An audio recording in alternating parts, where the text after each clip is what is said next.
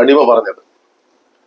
വല്യപ്പൻ എന്നോടൊരിക്കൽ പറഞ്ഞു, പണ്ട് വല്യപ്പനോട് വല്യപ്പന്റെ അപ്പൻ പറഞ്ഞ കാര്യം, ഉള്ളിലടങ്ങാത്ത കടലുമായി അന്നു പാടിപ്പറഞ്ഞതും ഇന്നു ഞാൻ ഓർക്കുന്നു.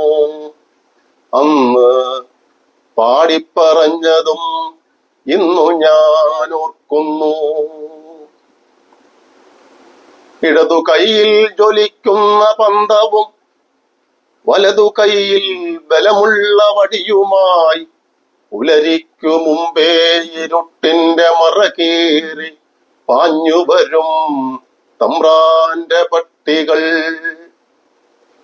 എല്ലുന്തിയ ഞങ്ങളുടെ കോലങ്ങൾ തളർന്നുറങ്ങുന്ന കുടിലുകളിലെ കിരമ്പിക്കയറും അവർക്കില്ല ആൺപെൺ ഭേദവും പ്രായവും. അയ്യോ, തെറ്റിപ്പോയില്ല. ഞാനിപ്പോ നിൽക്കുന്നത് ഞാൻ ജനിച്ചു വളർന്ന വീട്ടുമുറ്റത്താണ്. എൻ്റെ മാതാപിതാക്കൾക്ക് 4 ആൺമക്കളും ഒരു പെൺകുട്ടിയുമായിരുന്നു. എൻ്റെ ജ്യേഷ്ഠൻ, ചേച്ചി, 2 അനുജന്മാർ. ഇളയ അനുജനാണ് ഇപ്പോൾ ഇവിടെ താമസിക്കുന്നത്. ഞാനിപ്പോ ഒരു സർജറി കഴിഞ്ഞ് വിശ്രമത്തിന് ഇവിടെ വന്നിരിക്കുകയാണ്. ഈ അവസരത്തിലാണ് എൻ്റെ സുഹൃത്ത് ഇവിടെ വന്നിട്ടുള്ളത്. എൻ്റെ കുട്ടിക്കാലത്ത് ഓടി നടന്ന പരിസരമാണ് ഇവിടെ. തൊട്ടടുത്തുള്ള കുടമാളൂർ ഗവൺമെന്റ് LP സ്കൂളിലാണ് എൻ്റെ പ്രാഥമിക വിദ്യാഭ്യാസം നടന്നത്. UP വിദ്യാഭ്യാസം ഐമനത്തുള്ള PJM UP സ്കൂളിലാണ്. ഹൈസ്കൂൾ വിദ്യാഭ്യാസത്തിന് വീണ്ടും കുടമാളൂർ ഗവൺമെന്റ് ഹയർ സെക്കൻഡറി സ്കൂളിലേക്ക് വന്നു. 1976 ആണ് SSLC പാസ്സാവുന്നത്. പിന്നീട് 2 വർഷം CMS കോളേജിൽ പ്രീ ഡിഗ്രി കഴിഞ്ഞു. പിന്നീട് നാട്ടകത്തുള്ള കോട്ടയം ഗവൺമെന്റ് പോളിടെക്നിക്കിൽ ഇലക്ട്രിക്കൽ എഞ്ചിനീയറിംഗിൽ 3 വർഷത്തെ പഠനം. ആ പഠനത്തിനിടയിലാണ് പ്രിയപ്പെട്ട സെന്നിയുമായി സൗഹൃദത്തിലാവുന്നതും ആ സൗഹൃദം ഇങ്ങനെ മുന്നോട്ട് കൊണ്ടുപോകുന്നതും ഇപ്പോഴും നല്ല സൗഹൃദത്തിലായിരിക്കുന്നതും. പിന്നെ എൻ്റെ ജീവിതം, ഔദ്യോഗിക ജീവിതം എന്ന് പറയുന്നത് KSRTCയിലായിരുന്നു. 1996 KSRTCയിലെ ജോലിയിൽ കയറുന്നത്. 81 പോളിടെക്നിക്കിലെ പഠിത്തം കഴിഞ്ഞിറങ്ങിയെങ്കിലും തുടർന്ന് ട്യൂട്ടോറിയൽ വിദ്യാഭ്യാസ മേഖലയിലേക്കാണ് കടന്നത്. ഞാൻ എൻ്റെ അവസാന പഠന സമയത്ത് തന്നെ ഇവിടെ നിന്നും കോളേജിലേക്ക് പോകുമ്പോഴും മടങ്ങി വരുമ്പോഴും സമീപത്തുള്ള വീട്ടിലുള്ള രക്ഷകർത്താക്കൾ എന്നോട് ചോദിക്കും, ഇവിടെ നിന്റെ പഠിത്തം തീർന്നില്ലേ എന്ന്. ഒരു ദിവസം ഞാൻ പറഞ്ഞു, ഇന്നുകൊണ്ട് എൻ്റെ പരീക്ഷ തീർന്നു എന്ന് പറഞ്ഞപ്പോൾ എന്നോട് പറഞ്ഞു, നീ നാളെ മുതൽ വന്ന് എൻ്റെ കുട്ടികളെ പഠിപ്പിക്കുക. അപ്പൊ ഞാൻ പറഞ്ഞു, അയ്യോ എനിക്ക് പഠിപ്പിക്കാനൊന്നും അറിയില്ല എന്ന് പറഞ്ഞപ്പം, നീ എനക്ക് എഴുതാനും വായിക്കാനും അറിയാമല്ലോ, എല്ലാ ഗൈഡുകളും ഇവിടെ ഉണ്ട്, നീ ആദ്യം ഗൈഡ് ഒന്ന് വായിച്ച് പഠിക്കുക, പിന്നെ എൻ്റെ പിള്ളേരെ പഠിപ്പിക്കുക. അങ്ങനെ പറഞ്ഞ് അവിടെ മുതൽ പഠിപ്പീര് തുടങ്ങി. 10-20 വർഷത്തോളം കുട്ടികൾക്ക് സമാന്തര വിദ്യാഭ്യാസം ആ മേഖലയിൽ ഞാൻ പ്രവർത്തിച്ചു വന്നു. അങ്ങനെയാണ് 96 അതിനുശേഷം 96 KSRTCയിൽ എനിക്ക് ജോലി കിട്ടുന്നത്. പിന്നെ ഇതിൻ്റെ ഇടയ്ക്കുള്ള സാംസ്കാരിക പ്രവർത്തനങ്ങളൊക്കെ ധാരാളമായിട്ട് നടത്തി. 82 മുതൽ ട്യൂട്ടോറിയൽ വിദ്യാഭ്യാസം ആയിരുന്നു. അപ്പൊ നമുക്ക് ഒരു ഇരിപ്പിടമുണ്ട്. അതുകൊണ്ട് തന്നെ സഹൃദയരായിട്ടുള്ള സുഹൃത്തുക്കളെ വിളിച്ചുകൂട്ടി സഹൃദയവേദി എന്ന ഒരു സാംസ്കാരിക സംഘടന രൂപീകരിച്ചു. ആ 82 മുതൽ അതിന്റെ പ്രവർത്തനങ്ങൾ വളരെ നല്ല രീതിയിൽ നടത്തി. നമ്മുടെ പ്രതിഭ എന്ന ട്യൂഷൻ ക്ലാസ്സിൽ എല്ലാ മാസവും ഒന്നാമത്തെ ഞായറാഴ്ച സഹൃദയരെ വിളിച്ചുകൂട്ടി വിവിധ വിഷയങ്ങളിൽ സംസാരിക്കുകയും സെമിനാർ നടത്തുകയും കവിയരങ്ങ് നടത്തുകയും ഒക്കെ ചെയ്തു വന്നു. അക്കാലം മുതൽ ചെറിയ തോതിൽ കവിതകളൊക്കെ എഴുതി വന്നു. പല കവികളുമായി സൗഹൃദത്തിലായി. നിരവധി കവിയരങ്ങുകൾ ഇതിനോടകം സംഘടിപ്പിച്ചിട്ടുണ്ട്. KSRTC നിന്ന് പിരിഞ്ഞു കഴിഞ്ഞിട്ടും ഇപ്പോഴും ആ സാംസ്കാരിക പ്രവർത്തനം തുടർന്നുകൊണ്ടിരിക്കുകയാണ്. ഇപ്പോൾ സഹൃദയവേദി ഇല്ല എങ്കിലും പരസ്പരം എന്ന ഒരു ലിറ്റിൽ മാസിക, അത് 2003 ആണ് അത് തുടങ്ങുന്നത്. 2003 തുടങ്ങിയ പരസ്പരം മാസികയും അതിൻ്റെ പ്രവർത്തനങ്ങളും ഇപ്പോഴും തുടർന്നുകൊണ്ടിരിക്കുകയാണ്. ഇപ്പോൾ അയ്മനത്ത് ലൈബ്രറിയിൽ കേന്ദ്രീകരിച്ച് എല്ലാ മാസവും രണ്ടാമത്തെ ഞായറാഴ്ച ഓരോ സാഹിത്യ സമ്മേളനങ്ങൾ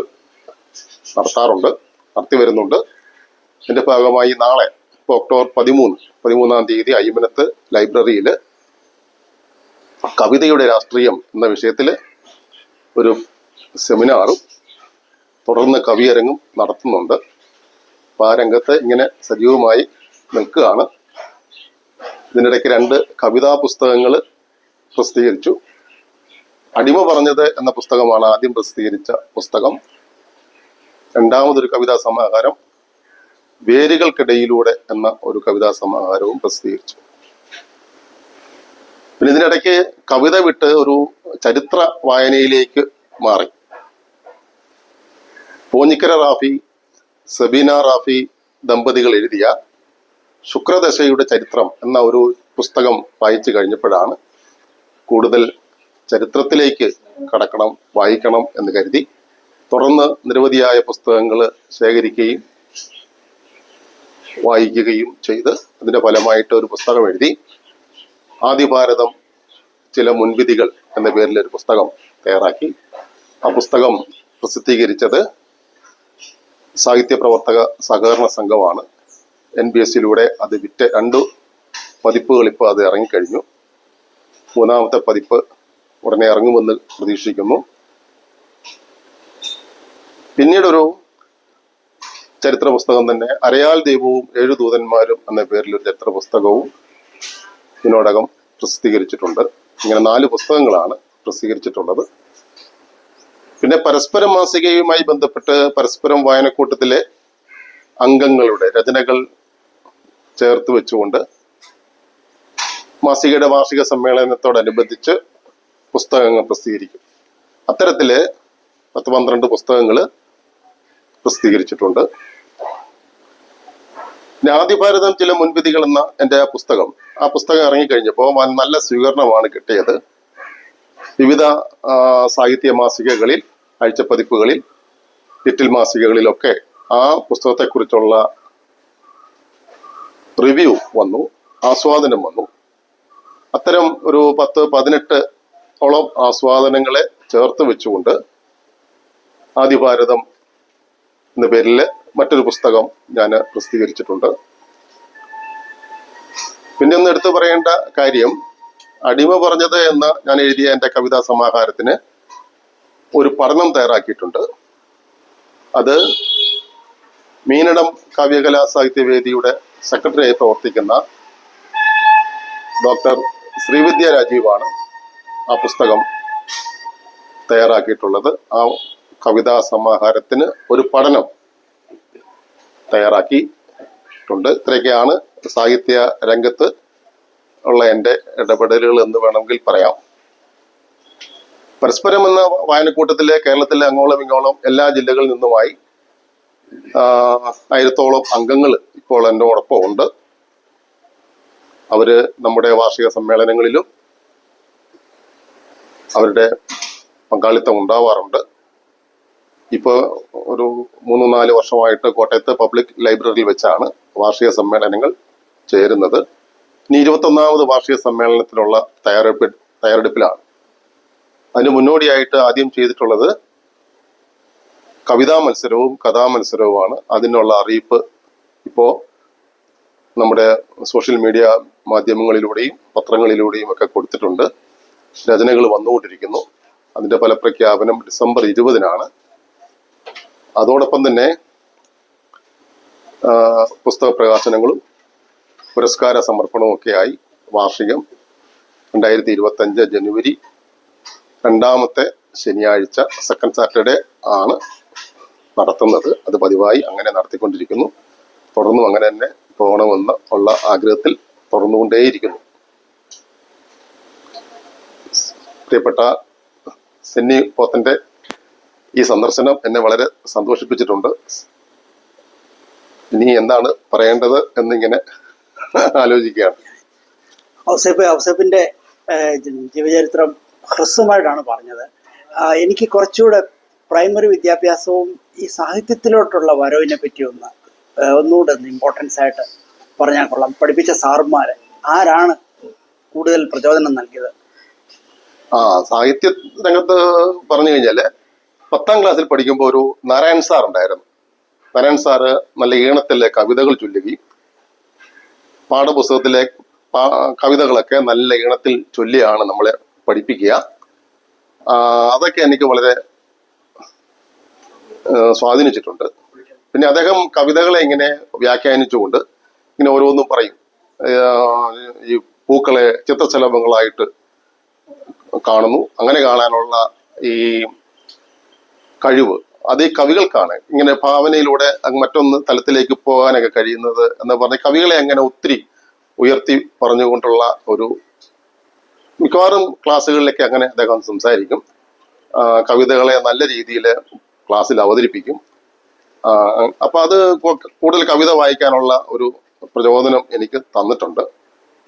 പിന്നെ ഒന്നുള്ളത്, ഞാൻ പ്രീ ഡിഗ്രിക്ക് പഠിക്കുന്ന അവസരത്തിനോടൊപ്പം ഒരു ജോസഫ് തോമസ് എന്നൊരു സുഹൃത്തുണ്ടായിരുന്നു. അദ്ദേഹം നല്ലതുപോലെ കവിത എഴുതുമായിരുന്നു. അദ്ദേഹം എൻ്റെ അടുത്തിരുന്നാണ് അന്ന് പഠിച്ചത്. അദ്ദേഹത്തെ പിന്നീട് ഞാൻ കോളേജ് വിദ്യാഭ്യാസം കഴിഞ്ഞിട്ട് പിന്നെ കണ്ടിട്ടില്ല. അദ്ദേഹം നല്ല ഭംഗിയായിട്ട് കവിതകൾ എഴുതുമായിരുന്നു.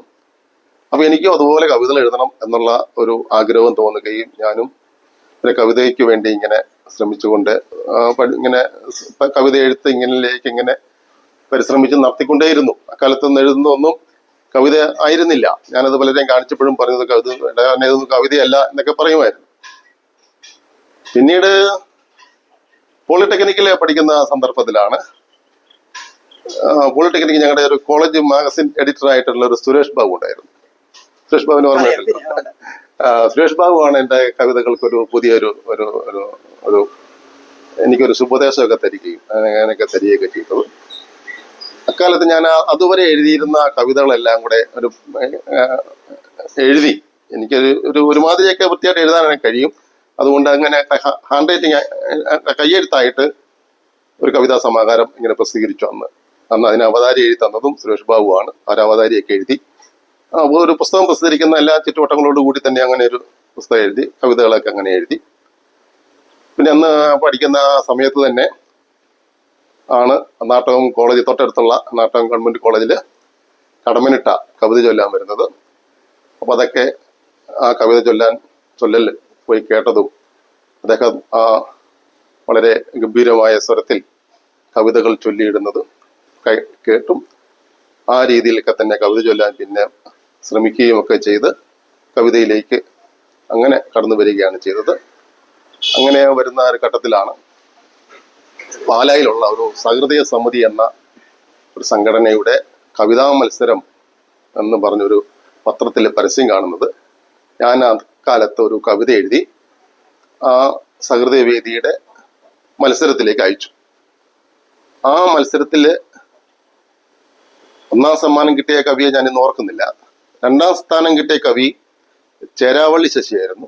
പിൽക്കാലത്ത് CMS കോളേജിൽ മലയാളത്തിന്റെ അധ്യാപകനായി വരികയും അവിടുന്ന് ഇപ്പോൾ വിരമിക്കുകയും ചെയ്തിട്ടുള്ള ഡോക്ടർ ചേരാവള്ളി ശശി സാറാണ്. 3ാം സ്ഥാനം കിട്ടി. അതിന് പ്രോത്സാഹന സമ്മാനം കിട്ടി. അപ്പൊ ആ ഒരു ലിസ്റ്റിൽ കുരിപ്പുഴ ശ്രീകുമാറിന്റെ ജെസ്സി എന്ന കവിതയും ആ കൂട്ടത്തിലുണ്ടായിരുന്നു.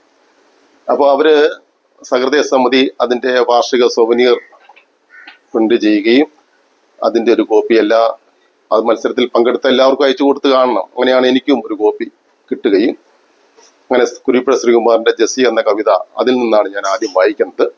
എനിക്ക് വളരെ ഒന്നാം സ്ഥാനം കിട്ടിയ കവിതയേക്കാൾ, രണ്ടാം സ്ഥാനം കിട്ടിയ കവിതയേക്കാളൊക്കെ എനിക്ക് ഇഷ്ടപ്പെട്ടത് ആ ജെസ്സി എന്ന കവിതയായിരുന്നു.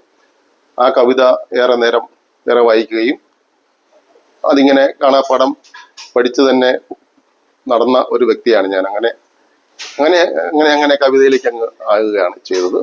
പിന്നെ ഇപ്പോ കവിത എഴുതാൻ വളരെ ബുദ്ധിമുട്ടാണ്. കവിത എഴുത്ത് ഇപ്പം വിട്ടുപോയെന്ന് വേണമെങ്കിൽ പറയാം. ഞാൻ ചരിത്രം വായനയിലേക്ക് കടന്നതുകൊണ്ട് അങ്ങനെ സംഭവിച്ചിരിക്കുകയാണ്. ഇപ്പോൾ ഒരു കുറെ കാലമായിട്ട് ആധുനിക കവിതകളൊന്നും ഇപ്പം ഞാൻ വായിക്കുന്നില്ല. ഞാനൊരു ചരിത്ര പുസ്തകത്തിന്റെ രചനയിലാണ്. അതുകൊണ്ട് അതിന്റെ പോകാതിരിക്കാൻ ഞാൻ മറ്റ് ഈ സർഗാത്മക കൃതികളുടെ വായനയിൽ നിന്നും മനഃപൂർവ്വം ഒഴിഞ്ഞു നിൽക്കുകയാണ്. അതൊരു കുറവായിട്ട് എനിക്ക് തോന്നുന്നുണ്ട്. കവിതയിൽ വന്ന കുറവ് അങ്ങനെയാണ്. ഞാൻ ആദിഭാരതം ചില മുൻവിധികൾ എഴുതിയതിന്റെ തുടർച്ച എന്നോണം ദക്ഷിണ കേരള ചരിത്രത്തെ അടയാളപ്പെടുത്തി എടുത്താനുള്ള ഒരു ശ്രമമാണ് ആ പുസ്തകത്തിലൂടെ നടത്തുന്നത്. അതിന്റെ ഒരു 4 അധ്യായം ഞാൻ എഴുതി കഴിഞ്ഞിട്ടുണ്ട്. ഇനി 3 അധ്യായം കൂടി എഴുതണം. 3 അധ്യായം എഴുതേണ്ടതിന്റെ ഒരു സ്കെച്ച് ഞാൻ ഇട്ടു വെച്ചിട്ടുണ്ട്. അത് എഴുതി പൂർത്തീകരിക്കണം. അതാണ് ഇപ്പോൾ എൻ്റെ ലക്ഷ്യം. അതിനുവേണ്ടി കവിതകളൊന്നും ഇപ്പൊ അധികം എഴുതുകയും അങ്ങനെ വായിക്കുകയും ചെയ്യുന്നില്ല. പിന്നെ പണ്ട് പാടിയ സ്വന്തം കവിതകളൊക്കെ ഇങ്ങനെ മനസ്സിലുണ്ട്. അതൊക്കെ ഇങ്ങനെ ചൊല്ലി നിൽക്കുന്നു. ജെസ്സിയുടെ കവിത 2 ലൈൻ ഇപ്പോഴും ഓർമ്മയുണ്ടോ? ജെസ്സി എന്ന കവിത.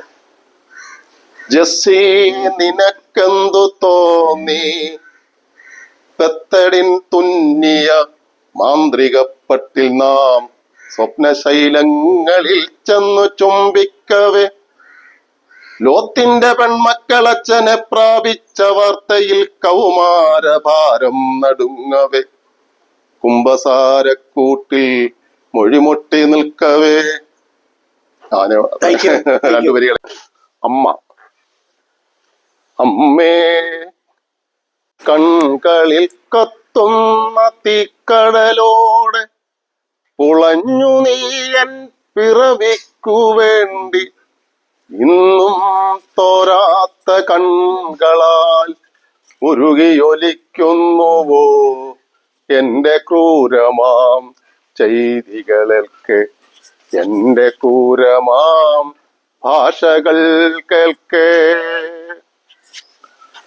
നീ നൊന്തു പെറ്റവൻ, നിൻ ജീവരക്തം പകുത്തു പിറന്നവൻ, കത്തുന്ന സൂര്യന്റെ ശൗര്യം കളഞ്ഞും കലിതുള്ളിയാർക്കുന്ന കടലിന്റെ ഭാവം വെടിഞ്ഞും ഒരു ചെറു പൈതലായി കുഞ്ഞിളം കൈകളുയർത്തി പല്ലുമുളയ്ക്കാത്ത മോണകൾ കാട്ടി നിൻ മുന്നിലെത്തി വിളിക്കുന്നു ദീനം. അമ്മേ പൊറുക്കുക, സ്നേഹമാം നിൻ കരങ്ങളാൽ എന്നെ പുണരുക, അമൃതം പൊഴിക്കുന്ന നിന്മാറിലേക്ക് എന്നെ അണയ്ക്കുക, തങ്കം വിളയുന്ന നിൻ ചുണ്ടിണകളാൽ എന്റെ നെറ്റിയിൽ 1000 ചുംബനവർഷം പൊഴിക്കുക, എന്റെ ക്രൂരമാം പാപങ്ങളെല്ലാം പൊറുത്തു ചിരിക്കുക, എൻ ആദ്യ ശബ്ദം ശ്രവിച്ചു ചിരിച്ചതുപോലെ.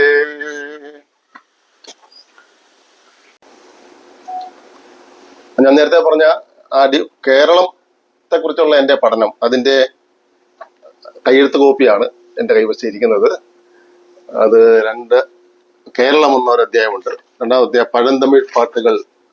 ആ പഴന്തമിഴ് പാട്ടുകളിൽ നിന്നും സംഘകാല കൃതികളിൽ നിന്നും കേരളത്തിന്റെ ചരിത്രം കണ്ടെടുക്കുക എന്നുള്ള ലക്ഷ്യത്തോടുകൂടിയുള്ളതാണ്. തമിഴകവും പുറനാനൂറും ഒരു അധ്യായമുണ്ട്. പുറനാനൂറ് എന്ന് പറയുന്ന സംഘകാല കൃതിയാണ്. ആ കൃതിയിൽ നിന്നും കേരള ചരിത്രത്തെ കണ്ടെടുക്കാനുള്ള ശ്രമമാണ്. പിന്നെ ചേരളം എന്നൊരു അധ്യായമുണ്ട്. ചേരളം സംഘകാല കൃതിയിലെ ഒരു കൃതി, പതിറ്റുപ്പത്ത് എന്നൊരു കൃതിയുണ്ട്. ആ കൃതി 10 ചേര രാജാക്കന്മാരെ കുറിച്ചുള്ള കൃതിയാണ്. ആ കൃതിയിലൂടെ കേരളത്തിന്റെ പഴയകാല കാര്യങ്ങൾ അടുത്തറിയുക എന്നിങ്ങനെ 4 അധ്യായമാണ് എഴുതി പൂർത്തീകരിച്ചിട്ടുള്ളത്. ഇനി ബാക്കി കൂടി എഴുതി ഈ പുസ്തകം ഉടനെ പ്രസിദ്ധീകരിക്കണം എന്നാണ് ഞാൻ ആഗ്രഹിക്കുന്നത്. ഇപ്പൊ ഞാൻ എഴുതിയ ഒരു അടിമ പറഞ്ഞത് എന്ന കവിതാ സമാഹാരമാണ് എൻ്റെ ആദ്യത്തെ പുസ്തകം. ഞാൻ അടിമ പറഞ്ഞത് എന്ന കവിത ഒന്ന് ചൊല്ലാം. ഒരു 10-15 മിനിറ്റ് നേരം കാണും കവിത. അടിമ പറഞ്ഞത് 2ാം ഭാഗമാണ്. ഇതില് അടിമകളെ വിൽക്കുന്ന ഒരു സന്ദർഭമാണ് പ്രതിപാദിക്കുന്നത്. അടിമ പറഞ്ഞത്: വല്യപ്പൻ എന്നോടൊരിക്കൽ പറഞ്ഞു, പണ്ട് വല്യപ്പനോട് വല്യപ്പൻ്റെ അപ്പൻ പറഞ്ഞ കാര്യം, ഉള്ളിലടങ്ങാത്ത കടലുമായി അന്നു പാടിപ്പറഞ്ഞതും ഇന്നു ഞാൻ ഓർക്കുന്നു. കൊയ്ത്തും മെതിയും കഴിഞ്ഞൊരു കാലം, വിള നൂറായി പാറ്റിക്കൊഴിച്ച് മതിലകം പത്തായമെത്തിക്കഴിച്ച നാൾ, കുടിമൂപ്പൻ മടവതി പാടി പറകൊട്ടിത്തുള്ളിപ്പാടി, കുടിമക്കളും ഉല്ലാസത്തിൻ പൂത്തിരി കത്തിച്ചാടിപ്പാടി ഉറഞ്ഞൊരു രാവിൽ, ഒരു വെള്ളിടി വെട്ടിയ പോലെ കുടിതോറുമെത്തിക്കുരച്ചു തമ്പ്രാന്റെ പട്ടികൾ. പണികളെ നിങ്ങൾക്കു നാളെ മതിലകത്താണുച്ചയൂണ്, മുറ്റത്തെ കുഴിയിലെ വീഴ്ത്തും കരിക്കാടിയല്ല, തൂശനിലയിൽ പുന്നലിനരിച്ചോറു തന്നെ. കുടിലായ കുടിലുകളിലെല്ലാം അഗ്നിപർവ്വതങ്ങൾ പൊട്ടിച്ച് തീക്കാറ്റുപോലെ കുതിച്ചു പട്ടികൾ. അമ്മയമ്മൂമ്മമാർ അപ്പനപ്പൂപ്പന്മാർ മാറി മാറി പുണർന്നും പിന്നെ മക്കളെ ഓരോന്നെടുത്തും വെച്ചും വാവിട്ടുറക്കെ കരഞ്ഞു കുടിലുകൾ വെന്തു. പുലരിക്കതിരിനോടൊപ്പം 4 ദിക്കിൽ നിന്നും പല്ലക്കുകൾ മോളിക്കിതച്ചോടിയെത്തി, മതിലകത്തും മറക്കോലായിൽ മുറുക്കി തുപ്പിയും വെടി പറഞ്ഞും കുംഭകുലുക്കി കുലുക്കിച്ചിരിക്കെ, ഉച്ചയിൽ തീക്കനൽ കോരിയെറിഞ്ഞുകൊണ്ടാകാശമധ്യത്തിൽ സൂര്യൻ ജ്വലിക്കെ, മുറ്റത്തു തൂശനിലകൾ നിരന്നു നിറയെ പുന്നല്ലിനരിച്ചോറും രുചിയേറും കറികളും കട്ടിമധുരത്തിൽ പായസവും. ചോറ് ഇതടിമച്ചോറ്, ചോറ് ഇതടിമച്ചോറ്, ഉണ്ണുവതെങ്ങിനെ ഉണ്ണുവാനാവാതെ കുന്തിച്ചിരുന്നോരു നേരം, മതിലകം തമ്പ്രാൻ വിലപേശി വിൽക്കുന്നു. 4 ദിക്കിലെ തമ്പ്രാക്കളോ ഞങ്ങളിൽ തടിമിടുക്കുള്ളോരെ ഓരോന്നോരോന്നായി വില ചേർന്നു വാങ്ങുന്നു. പല്ലക്കുകൾ പിന്നെ വന്നിടം നോക്കി മൂളിക്കിതച്ചങ്ങു പോയി, പിന്നാലെ വില ചേർന്ന ഞങ്ങളും. അപ്പൻ കിഴക്കോട്ടു പോയോ, അമ്മ പടിഞ്ഞാട്ടു പോയോ, കൂടെ കളിച്ചോരും കൂടെ പിറന്നോരും ഏതേതു ദിക്കിലേക്കാരറിഞ്ഞു. തെക്കു കരഞ്ഞു വിളിച്ചു, വടക്കും കരഞ്ഞു വിളിച്ചു, കിഴക്കും പടിഞ്ഞാറും കരഞ്ഞേ വിളിച്ചു. തെക്കു കരഞ്ഞത് തീയായി വന്നില്ല, വടക്കു കരഞ്ഞതും തീയായി വന്നില്ല, കിഴക്കും പടിഞ്ഞാറും തീയായി വന്നില്ല. കാലം കലികാലമേറെ കഴിഞ്ഞിട്ടും വിളി തമ്മിൽ കേട്ടതുമില്ല, ഒരു വേള മുഖം തമ്മിൽ കണ്ടതുമില്ല.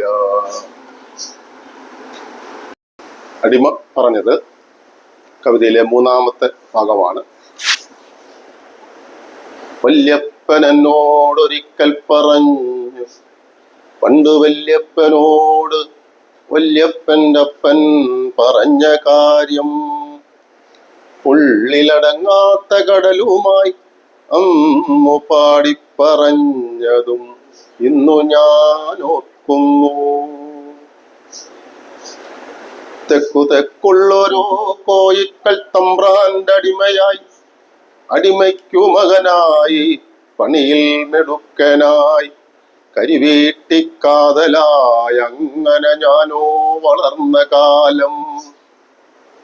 അന്നെന്നെയൊരു നാൾ വടക്കു നിന്നെത്തിയ ചന്ദ്രത്തെ തമ്പ്രാൻ വിലയ്ക്കു വാങ്ങി. തെക്കുള്ളവരെല്ലാം കരഞ്ഞു വീണു, വടക്കോട്ടു ഞാനും കരഞ്ഞു പോയി. തെക്കു കരഞ്ഞത് തീയായി വന്നില്ല, വടക്കു കരഞ്ഞതും തീയായി വന്നില്ല. കാലം കലികാലമേറെ കഴിഞ്ഞിട്ടും വിളി തമ്മിൽ കേട്ടതുമില്ല. കണ്ടില്ല പിന്നെ ഞാൻ അപ്പനെയും അമ്മയെയും. മട വീണു പാടം തകർന്ന നാൾ തമ്പ്രാൻ മടയിൽ കുരുതിയായി മാറ്റിയോരടിമതൻ മകൾ പകച്ചോടിയൻ ചാര വന്നു, പേടമാൻ പോലെ പതുങ്ങി നിന്നു. തുണയറ്റ പെണ്ണവൾ കൈവെടിഞ്ഞില്ല ഞാൻ, അവൾ പിന്നെ എൻ സർവമായി വന്നു. ഞങ്ങൾക്കൊരുണ്ണി ഓരോമന പൂങ്കനി പിറന്നിട്ട് 10 നാൾ പോലും തികഞ്ഞതില്ല. അന്ന് പാടത്തു ഞാറു നടുന്ന കാലം വന്നു തമ്പ്രാൻ അവളെ പണിക്കിറക്കി. പേറ്റുകുളിയൊന്നും തീരാത്ത പെണ്ണവൾ കുഞ്ഞിന്നു തരുതരെ മുത്തം കൊടുത്തിട്ട് വിങ്ങുന്ന നെഞ്ചോടമർത്തിപ്പിടിച്ചിട്ട് മാറു ചുരത്തി വയറു നിറച്ചിട്ട് ചിറയിലെ ചാഞ്ഞൊരു മാമരച്ചില്ലയിൽ തൊട്ടില്ലൊരുക്കി ഉറക്കി കിടത്തി. തീക്കണ്ണുമായി വരമ്പത്തു തമ്പ്രാനും തീക്കനലായി തലയ്ക്കുമേൽ സൂര്യനും കണ്ണിമ ചിമ്മാതെ മത്സരിച്ചങ്ങനെ പകൽവാണു ക്രൂരം ജ്വലിച്ചു നിന്നു. പൂക്കൈത മറപറ്റിപ്പോയ നേരം തമ്പ്രാൻ വരം വീന്നകന്ന നേരം മുതുകത്തെ കല്ലങ്ങെടുത്തു മാറ്റിയിട്ടവൾ തൻ മണിക്കുഞ്ഞിൻ്റെ അരികിലെത്തി. 100 തകർന്നു ചുരത്തേണ്ട മാറിടം ആ കാഴ്ച എങ്ങനെ ഞാൻ പറയും. അന്നെന്റെ കണ്ണിന് കണ്ണായ പൊന്നിനെ ചോണനെറുമ്പുകൾ കടിച്ചു കൊന്നു. വേളിമനയിലെ കന്തിക്കു തമ്പ്രാൻ ചൂട്ടാഞ്ഞു വീശി തെളിച്ചു പോകെ അരിവാളും കയ്യേന്തി പിന്നാലെ ചെന്നിട്ട് തമ്പ്രാൻ കഴുത്തിലേക്കാഞ്ഞു വീശി. ഉന്നം പിഴച്ചില്ലതെല്ലും കഴുത്തറ്റു തമ്പ്രാൻ ശിരസ്സു തെറിച്ചു വീണു. വല്യപ്പനോടൊരിക്കൽ പറഞ്ഞത് വല്യപ്പനായ ഞാൻ ഇന്നുമോർക്കുന്നു. അപ്പൊ നമ്മള് പോളിടെക്നിക്കിലെ വിദ്യാഭ്യാസമൊക്കെ കഴിഞ്ഞ് പിന്നെ അവസ്ഥ ഇപ്പൊ കുറച്ച് നാൾ ട്യൂട്ടോറിലൊക്കെ ആയിരുന്നു പറഞ്ഞല്ലോ. ആ കഥകൾ ഒന്നുകൂടെ പറയാമോ? അതായത് അത് കഴിഞ്ഞിട്ടുള്ള വർഷങ്ങൾ എങ്ങനെയൊക്കെയാണ് ചെലവഴിച്ചതെന്ന്, മാരേജിന് മുമ്പ് വരെയുള്ള. അത് നമ്മൾ 81 പോളിടെക്നിക്കിൽ ഇറങ്ങുന്നത്. ജൂൺ ജൂലൈയിൽ. അതെ. അത് കഴിഞ്ഞിട്ട് 51 മുതല് ഒരു വർഷക്കാലം ഞാൻ ഇവിടെ ഒരു വീടുകളിൽ ട്യൂഷൻ പഠിപ്പിക്കുക. അപ്പൊ രാവിലെ 7 മണിക്ക് തുടങ്ങും. രണ്ട് വീട്ടിൽ രാവിലെ പോകും, പിന്നെ വൈകുന്നേരം 2 വീട്ടിൽ പോകും. പിന്നെ അത് എനിക്ക് പിന്നെ ആളുകളിങ്ങനെ ട്യൂഷന്റെ കാര്യങ്ങൾ കൂടുതൽ വന്ന് എനിക്കത് പോയി പഠിപ്പിക്കാൻ പറ്റാതെ വന്നതുകൊണ്ട് ഞാൻ പിന്നെ ഇവിടെ അടുത്തൊരു, നിങ്ങൾ അങ്ങോട്ട് വന്നപ്പോ ഒരു മുസ്ലിം പള്ളിയിലേക്കുള്ള തൊട്ടപ്പുറത്ത് ഒരു റൂം ഉണ്ടായിരുന്നു. അതെടുത്ത് അവിടെ 1 വർഷം പഠിപ്പിച്ചു. ട്യൂഷൻ പഠിപ്പിക്കും. 10ാം ക്ലാസ് വരെയുള്ള. അല്ല, ഇംഗ്ലീഷും കണക്കും അല്ല, ഇംഗ്ലീഷിലേക്ക് വരെ ആളെ വെക്കും. ഞാൻ പ്രധാനമായിട്ടും കണക്കും സയൻസും ആണ് എടുക്കുന്നത്. ഓക്കെ. ആ അപ്പൊ അത് ട്യൂഷൻ പഠിപ്പിച്ചു. പിന്നെ കുട്ടികളുടെ എണ്ണം വർദ്ധിക്കുകയും എല്ലാ വിഷയങ്ങൾക്കും ക്ലാസ് ട്യൂഷൻ വേണം സാഹചര്യം വന്നപ്പം പിന്നെ കുറെ കൂടി വലിയ ഒരു റൂമിലേക്ക്, റോഡിന് അപ്പുറത്ത് റൂമിലേക്ക്, ഒരു വാടക കെട്ടിടത്തിലേക്ക് മാറി. അവിടെ 83-ലാണ് അങ്ങോട്ട് മാറുന്നത്. അപ്പൊ അവിടെ മാറി ആ കാലത്തൊക്കെ എന്ന് പറയുമ്പോൾ 10ാം ക്ലാസ്സിൽ തോറ്റ കുട്ടികൾക്ക് നമ്മൾ Second chance ഉണ്ട്. സെക്കൻഡ് അങ്ങനെയുള്ളൊരു പഠിത്തമുണ്ട്.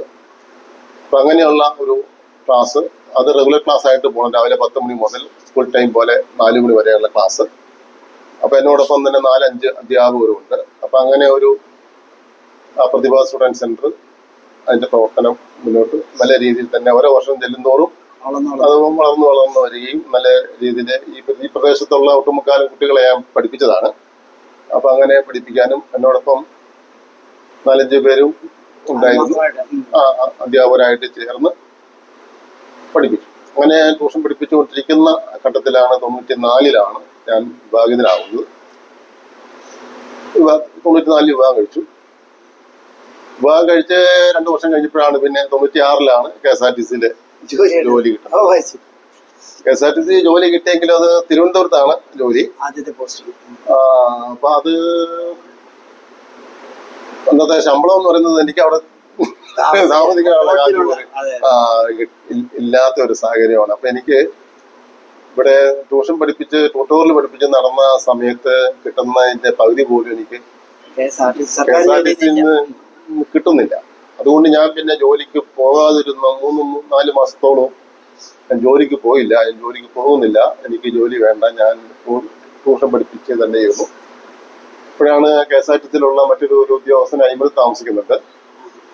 അദ്ദേഹത്തിന്റെ അടുത്ത് എന്റെ അമ്മ എന്ന് കാര്യം പറയുകയും അദ്ദേഹം പിന്നെ എന്നെ വീണ്ടും കൊണ്ടുപോയി KSRTC കൊണ്ട് ചേർത്ത്. അങ്ങനെയാണ് നടത്തി. പിന്നെ KSRTC-യിൽ പിന്നെ ഞാൻ അത് ഇതിനോട് യോജിച്ചങ്ങ് പോയി. പിന്നെ അത് KSRTC-യിലെ ഈ ജോലി എന്ന് പറയുന്നത് എനിക്ക് ഇഷ്ടപ്പെട്ട ജോലിയായിരുന്നു. കാരണം എനിക്ക് ഓരോരോ പ്രദേശങ്ങളിലേക്ക് ഇങ്ങനെ സഞ്ചരിക്കാനൊക്കെ ഉള്ളൊരു അവസരമാണത്. നമുക്ക് പരിചയമില്ലാത്ത മേഖലയിലൂടെയാണ് പോകുന്നത്. ജോലിയിലേക്ക് എനിക്ക് നല്ല അനുഭവമായിരുന്നു. എനിക്ക് അങ്ങനെ ഒരു ജോലി ചെയ്തതിൻ്റെ പേരിൽ ഒരു ടാസ് മേടിക്കാനോ ഒരു മേലധികാരിയുടെ മുന്നിൽ പോയി തലകുനിച്ച് നിൽക്കേണ്ട സാഹചര്യം ഉണ്ടായില്ല. വണ്ടി 18 വർഷക്കാലവും സർവീസ് ലൈനിൽ തന്നെ പോയി. മറ്റൊരു സൈക്കിളുമായിട്ട് പോലും ഒരു അപകടം ഉണ്ടായി. പോലീസ് സ്റ്റേഷനിൽ പോകേണ്ട അവസരം ഉണ്ടായില്ല.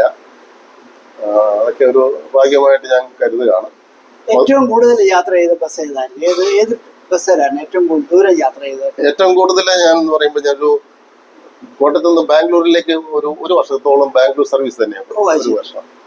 അത് ആഴ്ചയിൽ എത്ര ദിവസം പോകണം? ആഴ്ച 2 പ്രാവശ്യം പോകണം. 2 പ്രാവശ്യം ബാംഗ്ലൂർ പോകണം. ബാംഗ്ലൂർ സർവീസ് അത് സർവീസ് എന്ന് പറയുമ്പോഴത്തേന് നമ്മൾ കോയമ്പത്തൂർ വഴിയല്ല അത് പോണത്, മറ്റേ സേലം അങ്ങനെയല്ല പോണത്. ഇത് പെരിന്തൽമണ്ണ ചെന്ന് കൂടല്ലൂർ വന്ന് അത് വനത്തിലൂടെ 1-2 മണിക്കൂർ നേരം വനത്തിലൂടെ ഉള്ള യാത്രയുണ്ട്. തമിഴ്നാടിന്റെ വനം കഴിഞ്ഞ് കർണാടക വനത്തിൽ കൂടി പോയി ആ യാത്രയില് ധാരാളം മൃഗങ്ങളെയൊക്കെ കാണാം. അങ്ങനെ കണ്ട് അതൊരു നല്ലൊരു, അത് രാത്രി സമയത്താണ് പാസ് ചെയ്ത് പോകുന്നത്. അതുകൊണ്ട് മൃഗങ്ങളെയൊക്കെ ധാരാളം ബ്ലോക്ക് ഇല്ല. അന്ന് നിർത്തിയിടുന്ന പരിപാടി ഉണ്ട്. അതായത് ഞങ്ങള് ഞങ്ങള് അന്ന് വയനാട് മന്ത്രിസഭ കാലത്താണ് ഈ സർവീസ് തുടങ്ങുന്നത്. ഈ സർവീസ് അതായത് ഈ 38 പേരെയും കൊണ്ട് പോകുന്ന ബസ്സാണ്. അപ്പൊ അങ്ങനെ ബസ് തിരുവനന്തപുരത്ത് നിന്നും കൊട്ടാരക്കരയിൽ നിന്നും അത് കോട്ടയത്തു നിന്നും തിരുവല്ലയിൽ നിന്നും അങ്ങനെ ആലപ്പുഴ അങ്ങനെ മിക്കവാറും എല്ലാ ഡിപ്പോകളിൽ നിന്നും ബാംഗ്ലൂരിലേക്ക് ഈ റൂട്ടിലേക്ക് വണ്ടി ഇട്ടപ്പോഴത്തേക്കിന് അത് എന്തോ മറ്റേ പ്രൈവറ്റ് മേഖലക്കാർക്ക് അത് പ്രതിരോധിക്കാൻ വേണ്ടി ഉണ്ടായതാണ് ആ കേസെന്നാണ് ഞങ്ങളുടെ KSRTC-ക്കാരുടെ ഭാഷ. അതായത് ഞങ്ങൾ ആദ്യം ഒരു സർവീസ് പോയി തിരിച്ചു വന്നു. രണ്ടാമത് ഞാൻ സർവീസ് പോകുമ്പോഴത്തേക്കിനാണ് ആ വണ്ടി ആ ചെക്ക് പോസ്റ്റിൽ തടഞ്ഞിട്ടു. പിന്നെ ഞങ്ങൾക്കറിയില്ല എന്താ കാരണം. അപ്പൊ തടഞ്ഞിട്ട് കഴിഞ്ഞപ്പോഴത്തേനും പറഞ്ഞു കേസായി, ഈ രാത്രി സമയത്ത് വണ്ടി അങ്ങോട്ട് കടന്നു പോകത്തില്ല. അങ്ങനെ പിന്നെ അവിടെ തന്നെ വണ്ടി ഇട്ട് നേരം വെളുത്ത് 6 മണിക്കാണ് പിന്നെ സർവീസ് പോകുന്നത്. അങ്ങനെ അപ്പം പിന്നെ അങ്ങനെ മുടക്കത്തിലൂടെ ഒരു 5-6 മാസത്തോളം സർവീസ് പോയി. അത് കഴിഞ്ഞിട്ടാണ് പിന്നെ കർണാടക, തമിഴ്നാട്, കേരളം സർക്കാരുകൾ തമ്മിൽ ആലോചിക്കുകയും ഒരു ധാരണയിൽ 2 വണ്ടികൾക്ക് വീതം ഓരോ സ്റ്റേറ്റിനും കടത്തിവിടാനുള്ള പെർമിറ്റ് കിട്ടി. അങ്ങനെ പിന്നെ സർവീസ് തുടക്കുകയാണ്. ഇപ്പോഴും ആ യാത്രക്കാരങ്ങളിൽ സർവീസ് നടക്കുന്നില്ല. അങ്ങനെ കൂടുതൽ സർവീസ് പോയത് ബാംഗ്ലൂർക്കാണ്. പിന്നെ എടുത്തു പറയാവുന്നത് ഏറ്റവും കൂടി പോയിട്ടുള്ളത് കോട്ടയത്ത് നിന്ന് രാത്രി 9 മണിക്ക് പുറപ്പെടുന്ന ഒരു കോഴിക്കോട് സർവീസ് ഉണ്ട്, സൂപ്പർ ഫാസ്റ്റ് ബസ് ഉണ്ട്. അത് രാവിലെ 3 മണിയാകുമ്പോൾ കോഴിക്കോട് ചെല്ലും. പിന്നെ 8:30 തിരിച്ചു വരിക, 4 മണിയാകുമ്പോൾ കോട്ടയത്ത് വരുന്ന സർവീസാണ്. അതിലാണ് പിന്നീട് ഒരു ഏറ്റവും കൂടുതൽ സമയം സ്ഥിരമായിട്ട് ഓടിയത് എന്ന് വേണമെങ്കിൽ പറയാം. അങ്ങനെയാണ് ഡ്രൈവർമാരോടുള്ള റാപ്പോ എങ്ങനെയാ? അവരുമായിട്ടൊക്കെയുള്ള കണ്ടക്ടർമാരെ എല്ലാവരോടും നല്ല സഹകരണം കിട്ടിയിട്ടുണ്ട്. നമ്മളിങ്ങനെ സഹകരിച്ച് എല്ലാവരോടും പോകുന്നത്. ഡ്രൈവർമാരുമായിട്ട് ഒരു അഭിപ്രായ വ്യത്യാസത്തിന് ഇടം കൊടുത്തിട്ടില്ല. നമ്മൾ വല്ലതും പറഞ്ഞാൽ ഇഷ്ടപ്പെടാമെന്ന് ഞാൻ പിന്നെ ഉണ്ടായിരിക്കുള്ളൂ. നമ്മള് അവരെ അറ്റാക്ക് ചെയ്യാൻ പോകുന്ന ഒരു സ്ഥിതിയിലും നമുക്കില്ല. ഇല്ല, അങ്ങനെയൊന്നും സ്വീകരിച്ചിട്ടില്ല, അങ്ങനെ ചെയ്തിട്ടില്ല. അത് തന്നെയല്ല, എല്ലാവരോടും നല്ല സൗഹൃദത്തിലാണ് സർവീസ് പൂർത്തീകരിച്ചിട്ടുള്ളത്. KSRT ബസ്സിലൊക്കെ യാത്ര ചെയ്യുമ്പോൾ ഈ ഡിപ്ലോമ കയ്യിലുണ്ടല്ലോ, എന്നിട്ടും ഒരു എന്തെങ്കിലും മറ്റു ജോലിക്ക് പോകണമെന്നോ അല്ലെങ്കിൽ അങ്ങനെയുള്ള ഒരു തീരുമാനം ഉണ്ടായില്ലേ? നമ്മളിത് ഇവിടെ ആയിരുന്നല്ലോ ഇവിടെ പഠിപ്പിച്ചു നടന്ന കാലത്തൊന്നും ആ കാശും നല്ല കുട്ടികൾ പഠിക്കുന്ന കാശൊക്കെ ഉണ്ടായിരുന്നു. അതെ, ആ ലൈഫിലോട്ട് അത് മാറിപ്പോയി. അതാണൊക്കെ ജോലി കിട്ടിയിട്ട് പിന്നെ 3 മാസം. അതെ, മനസ്സിലായി. ഈ ബസ് യാത്രക്കിടയ്ക്ക് എന്തെങ്കിലും നമ്മുടെ ഇലക്ട്രിക്കൽ പഠിച്ച കാര്യങ്ങൾ എന്തെങ്കിലും പ്രയോജനപ്പെട്ടിട്ടുണ്ടോ? എന്തെങ്കിലും മനസ്സിലായി അകലെ എന്തെങ്കിലും ഒരു അനുഭവം ഉണ്ടായിട്ടുണ്ടോ? അല്ലെങ്കിൽ കൂടെ ഉള്ളവർക്ക് അറിയാമോ ഇദ്ദേഹം ഡിപ്ലോമക്കാരനാണെന്നൊക്കെ? ഇല്ല, അങ്ങനെ ഒന്നുമില്ല. എല്ലാവർക്കും KSRTC സ്റ്റൈലും. ഓക്കെ. KSRTCയിൽ സാഹിത്യ അനുഭവങ്ങൾ എന്തെങ്കിലും ഉണ്ടോ? KSRTC എന്ന് പറയുമ്പോൾ എനിക്ക് എന്തെങ്കിലും രചനകൾ അയച്ചു കൊടുക്കുക? രചനയല്ല, KSRTCക്ക് തന്നെ ഒരു ഞങ്ങളുടെ പെൻഷൻ യൂണിയൻ അല്ല, അത് സർവീസ് സംഘടനകൾക്ക് തന്നെ ഒരു മാസികയുണ്ട്. അതിലെ കവിതകളൊക്കെ എഴുതിയിട്ടുണ്ട്. അത് ശരി. പിന്നെ ഞാനിങ്ങനെ ഒരു പുസ്തകം പ്രസിദ്ധീകരിച്ച് കഴിഞ്ഞപ്പോഴത്തേക്കിന് എനിക്ക് ഞങ്ങളുടെ ATO ഒക്കെ വിളിച്ച് അഭിനന്ദിക്കുകയും അവര് പറഞ്ഞ ഡയലോഗ്, എടാ സാധാരണ KSRTCക്കാരൻ ജോലി കഴിഞ്ഞ് വീട്ടിൽ ചെന്ന പിറ്റേന്ന് ജോലിക്ക് പോകേണ്ടവരെ കിടന്ന് ഉറങ്ങുകയുള്ളൂ. നിനക്ക് ഇതിന്റെ ഇടയ്ക്ക് ഇതൊക്കെ എഴുതാൻ എങ്ങനെയാ സമയം കിട്ടുന്നത്? യാത്ര കഴിഞ്ഞുള്ള. അതുകൊണ്ട് അവരെന്നെ വേറെ രീതിയിലാണ് കണ്ടത്. പിന്നെ ഒന്നുള്ളത്, ഞാൻ KSRTCയിലേക്ക് ആദ്യം ജോയിൻ ചെയ്ത തിരുവനന്തപുരത്താണ്. 1 വർഷം കഴിഞ്ഞാൽ കോട്ടയത്ത് വരുന്നത്. കോട്ടയത്തേക്ക് വന്നപ്പോഴോ എനിക്ക് കിട്ടിയ അനുഭവം എന്ന് പറഞ്ഞാല്, ഞാൻ പഠിപ്പിച്ച കുട്ടികളുടെയൊക്കെ രക്ഷകർത്താക്കള് പലരും അവിടെ അന്ന് എന്റെ മേലുദ്യോഗസ്ഥന്മാരായിട്ട് അവിടെ ഉണ്ട്. അപ്പൊ അവരെ എനിക്ക് നല്ലൊരു സപ്പോർട്ട് ചെയ്യുന്നതുകൊണ്ട് എനിക്ക് നമ്മളെ ഒരു പണിഷ്മെന്റ് ഒരു ഇതിലേക്ക് വിട്ടിട്ടില്ല. കാരണം അവര് പരിഗണിച്ചു. പിന്നെ അതായത് ഒരു സർവീസ് കഴിഞ്ഞ് വന്ന ചിലപ്പം അടുത്ത് വേറൊരു സർവീസ് പോകേണ്ട കണ്ടക്ട് ഇല്ലാതിരിക്കുന്ന സന്ദർഭമായിരുന്നു. അപ്പം ഒരു സർവീസ് ഫിനിഷ് ചെയ്ത് കണ്ട ഉടനെ ഇവരവിടെ ചെന്ന് അവനെ നിർബന്ധിച്ചാലും സർവീസിന് വിടും. അങ്ങനെ ഒരു നിർബന്ധം എനിക്ക് എന്നോട് വന്നിട്ടില്ല. അവരങ്ങനെ ആ ഒരു, കാരണം എനിക്ക് 2-3 പേരവിടെ ഉണ്ട്, പ്രധാനപ്പെട്ട ആളുകള്, ഞങ്ങൾ ഡ്യൂട്ടി പോസ്റ്റ് ചെയ്തിരുന്ന ആളുകൾ ആയിട്ടുള്ള ആളുകൾ അവിടെ ഉണ്ട്. അതുകൊണ്ട് എനിക്ക് അന്നേരം ഞാൻ ഇവിടെ ട്യൂഷൻ നടത്തുന്നുണ്ടെന്ന് അവർക്കും അറിയാം. അതുകൊണ്ട് അങ്ങനെ ഒരു നിർബന്ധം 2ാമത് ഡ്യൂട്ടി പോകേണ്ടി വന്നിട്ടില്ല. ജോലി ഫിനിഷ് ചെയ്താൽ ഇന്നലെ വീട്ടിൽ പോരാൻ പറ്റും. ചിലർക്ക് അങ്ങനെയല്ല, ജോലി കഴിഞ്ഞാൽ അന്നേരം അവന് വേറൊരു സർവീസിന് വിടും. കാരണം സർവീസ് പോകണമല്ലോ. ഞാൻ ചോദിക്കുന്നതിൽ ഇത്രയും ലേറ്റായി കിട്ടിയത് എന്താ? PSC ടെസ്റ്റ് നേരത്തെ എഴുതാണ് എന്താ? എങ്ങനെയാണ് ഈ പോസ്റ്റ് ഇത്രയും ലേറ്റായി 96 വരെ ലേറ്റ് ആയത്? റാങ്ക് ലിസ്റ്റ് കിടക്കുക? റാങ്ക് ലിസ്റ്റിൽ ഉണ്ടായിരുന്നു. ഇങ്ങനെ ഇത് തന്നെയുണ്ടല്ലോ, ഇത് KSRTC ഇത് നിയമനം നടത്താതെ നീട്ടിക്കൊണ്ട് പോയത്. 4 ലക്ഷം നീട്ടിക്കൊണ്ട്. അപ്പം കേസിന്റെ ഭാഗമായിട്ടാണ് ഇത് സർവീസ് നിയമനം കിട്ടുന്നത്. ഓക്കെ. വളരെ സന്തോഷം. കുറെ കൂടെ കാര്യങ്ങൾ ചോദിക്കണം. വൈഫുമായിട്ടുള്ള ഒരു ചെറിയ സംവാദം. പിന്നെ അനിയനും ഒരു പാട്ട് പാടാൻ പറ്റുന്നുണ്ടെങ്കിൽ ഒന്ന് ചോദിക്കണേ. Thank you. കവിത അടിമ പറഞ്ഞത് 3 ഭാഗങ്ങളാണ് ഈ കവിതയ്ക്കുള്ളത്. അടിമ ജീവിതം കേരളത്തെ സംബന്ധിച്ച് യാഥാർത്ഥ്യമായിരുന്ന ഒരു സംഗതിയാണ്. അടിമകള് മുതലാളിമാരുടെ വയലേലയ്ക്ക് സമീപത്തും വലിയ അങ്ങനെയൊക്കെ ആയിരിക്കും താമസിക്കുക. അവര് പകല് മുഴുവനും പാടത്ത് പണിയെടുത്തു കഴിഞ്ഞാൽ വളരെ വൈകിയെ കരയ്ക്ക് കയറുകയും അവർക്ക് കൂലിയായിട്ട് നെല്ല് കിട്ടും. ആ നെല്ല് വീട്ടിൽ കൊണ്ടുവന്ന് അത് അരിയാക്കി കഞ്ഞിയാക്കി കുടിച്ച് പാതിരാത്രി കഴിയുമ്പോഴായിരിക്കും കിടന്നുറങ്ങുക. പിന്നെയും അവർ അതിരാവിലെ പണിക്കിറങ്ങുക. അപ്പൊ അതിരാവിലെ പണിക്കിറങ്ങാൻ ചെയ്യുന്ന ഒരു പണി എന്ന് പറയുന്നത് മുതലാളിമാരുടെ കിങ്കരന്മാരോ ഏതെങ്കിലും ഒരു വീട്ടിൽ കയറി അവിടെ ഉള്ളവരെല്ലാം പിടിച്ച് തല്ലും. അപ്പൊ അവർ കിടന്ന് അലമുറയിട്ട് കരയുമ്പോൾ ആ കരച്ചിൽ കേട്ട് മറ്റു വീട്ടുകാരെല്ലാവരും എഴുന്നേറ്റ് അതിരാവിലെ പണിക്കിറങ്ങുന്ന ഒരു രീതി ഇവിടെ അനുവർത്തിച്ചു പോന്നിരുന്നു. ആ സന്ദർഭത്തെ ഒന്ന് ഓർത്തെടുത്തുകൊണ്ട് ഞാൻ എന്നോട് എൻ്റെ പിതാക്കന്മാർ പറഞ്ഞു തന്നിട്ടുള്ള കാര്യമാണ് ഞാൻ ഇതിൽ കൂടെ അവതരിപ്പിക്കുന്നത്. അടിമ പറഞ്ഞത് അതിൻ്റെ ആദ്യ ഭാഗം. ഭാര്യ മോളമ്മ. എന്റെ പേര് മോളമ്മ. എന്റെ വീട് പള്ളം. അവസരം പറഞ്ഞു എങ്ങനെയാ മാരേജ് ഒക്കെ നടന്നത്, ആലോചിച്ചൊക്കെ നടന്നു, കല്യാണം ഏത് വർഷം നടന്നു? വിവാഹം എന്ന് പറയുന്നത് എനിക്ക് എന്റെ മാതാപിതാക്കളെ ഇങ്ങനെ നിർബന്ധിച്ചുകൊണ്ടേ ഇരിക്കുക വിവാഹം കഴിക്കാനായിട്ട്. ഞാൻ അല്ലല്ല, എന്റെ ചേട്ടനാളുണ്ട്. പിന്നെ എനിക്ക് രണ്ടനിയന്മാരാണ്. പിന്നെ അത് ഞാൻ ഇങ്ങനെ വിവാഹത്തിന് പോകാതെ ജോലി കിട്ടിയിട്ട് ഉള്ളതെന്ന് പറഞ്ഞിങ്ങനെ പിന്നെ ഒരു ദിവസം അച്ഛനോട് ചോദിച്ചു, ഞാൻ മരിച്ചിട്ട് ഞാൻ കല്യാണം കഴിക്കും.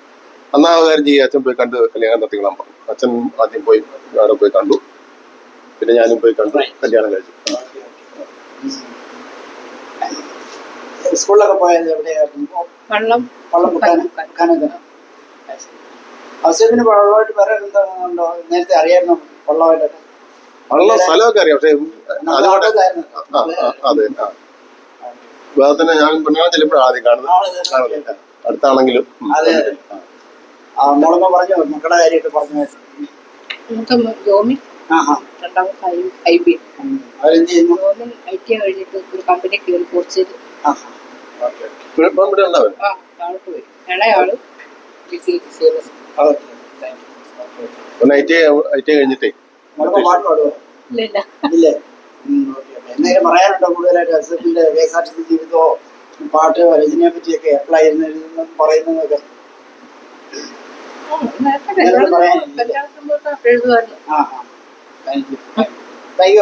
ആയിക്കോട്ടെ ഓക്കെ.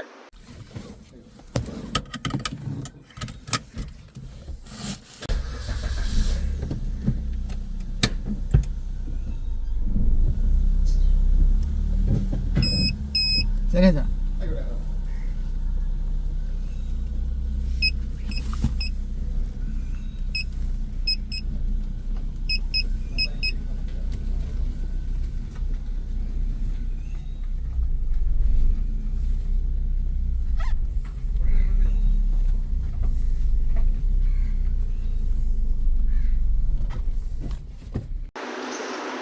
പോളിടെക്നിക്കില് അഡ്മിഷൻ കിട്ടി. അപ്പൊ അവിടെ ആദ്യം എനിക്ക് കിട്ടിയ സൗഹൃദം എന്ന് പറയുന്നത് KR സോമനാഥൻ നായരാണ്. അപ്പൊ സോമനാഥൻ നായരും ഞാനും ഒരുമിച്ചാണ് ഞങ്ങൾ കോമ്പൗണ്ടിലേക്ക് കയറുന്നത്, ഒരുമിച്ചാണ് ക്ലാസ് കഴിഞ്ഞ് പോകുന്നത്.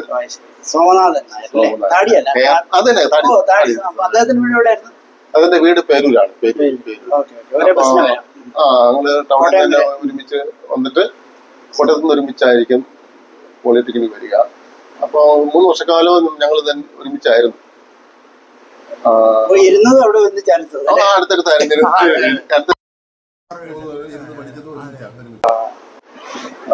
പിന്നീട് സൗഹൃദം ഒന്ന് പോയി. പിന്നെ നമ്മൾ കാണുന്നത് നമ്മുടെ ബാംഗ്ലൂരിൽ നിന്ന് വരിക. പിന്നെ നമ്മള് പഠിത്തം കഴിഞ്ഞെങ്കിലും സോമന്റെ സഹോദരിയുടെ വിവാഹത്തിനും ചേട്ടന്റെ വിവാഹത്തിനൊക്കെ ഞാൻ പോയിരുന്നു. പിന്നെ അദ്ദേഹം ബാംഗ്ലൂരിൽ പോയതിനു ശേഷമാണ് പിന്നെ സൗഹൃദം വിട്ടുപോയത്. പിന്നെ പോളിടെക്നിക്കില് ഞാൻ പിന്നെ കണ്ടത് സുരേഷ് ബാബുവാണ്. ഞങ്ങളെ ഈ റൂട്ടിൽ കൂടെ തന്നെ മെഡിക്കൽ കോളേജ് സർവീസ് ഒരു ദിവസം ഞാൻ ബസ്സിൽ കയറുമ്പോൾ സുരേഷ് ബാബുവാണ് കണ്ടക്ടർ. ഓ ശരി. അപ്പൊ അങ്ങനെ ഒരു നമ്മുടെ കൂടെ പഠിച്ച സുരേഷ് ബാബു, കോളേജിലെ നല്ല സാഹിത്യകാരനായിരുന്നു അദ്ദേഹം. സുരേഷ് ബാബു പിന്നെ ചിറക്കട പൊൻകുന്നം ചിറക്കട അതെ. അത് കണ്ടു. പിന്നെ പൊളിറ്റിക്കലിലെ കേസ് അങ്ങനെ, പിന്നെ മെക്കാനിക്കലിനകത്ത് ആളുകൾ വന്നിട്ടുണ്ട്. പിന്നെ അങ്ങനെ ഒന്നും പറയാനില്ല. ക്യാമ്പസിൽ അന്നത്തെ എന്തെങ്കിലും ഓർമ്മകൾ പഴയതുണ്ടോ? 3 വർഷത്തെ സാഹിത്യരചനയുടേതോ അല്ലാതെയോ ഒക്കെ ഉള്ള കൂടുതൽ അനുഭവങ്ങൾ, സ്പോർട്സോ? സാഹിത്യരചന എന്ന് പറയുമ്പോൾ ഞാൻ നമ്മുടെ കോളേജ് മാസികത്ത് നമ്മുടെ പൊളിറ്റിക്കലി ബിൽഡിങ്ങിനെ തന്നെ വർണ്ണിച്ചുകൊണ്ടൊരു കവിതയെ അതിനകത്ത് നമ്മുടെ മാസികത്ത് എഴുതിയിട്ടുണ്ട്. പിന്നെ അങ്ങനെ പോകുന്നു അല്ലേ?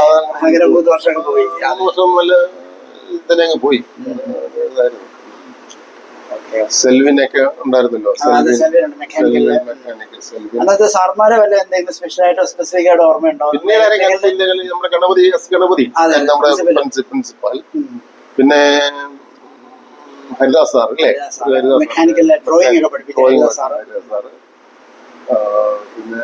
പിന്നെ ഒരു ഗോപി സാറ്, പിന്നെ വർക്ക്ഷോപ്പിൽ കുറെ പേരുണ്ടായിരുന്നു. പിന്നെ ഇലക്ട്രിക്കൽ പഠിപ്പിച്ച ഔസേഫ് സാറോ സാറ്, പിന്നെ ഒരു സിവിൽ കണക്ക് പഠിപ്പിക്കാൻ ഗവൺമെന്റ് കോളേജിൽ. Okay, thank you Ouseph. ഇത്രയും നേരം ദീർഘമായി കാര്യങ്ങൾ സംസാരിക്കാൻ പറ്റിയതിൽ. കവിതകൾ കുറെ കൂടെ കേൾക്കണമെന്നുണ്ട്. ആ കാലങ്ങളിലും ഔസേപ്പിന്റെ കവിതകൾ കേൾക്കാൻ വളരെ രസമായിരുന്നു. അത് ഇന്നും തുടരുന്നതിൽ വളരെ വളരെ സന്തോഷമുണ്ട്. Thank you so much. Okay, സന്തോഷം.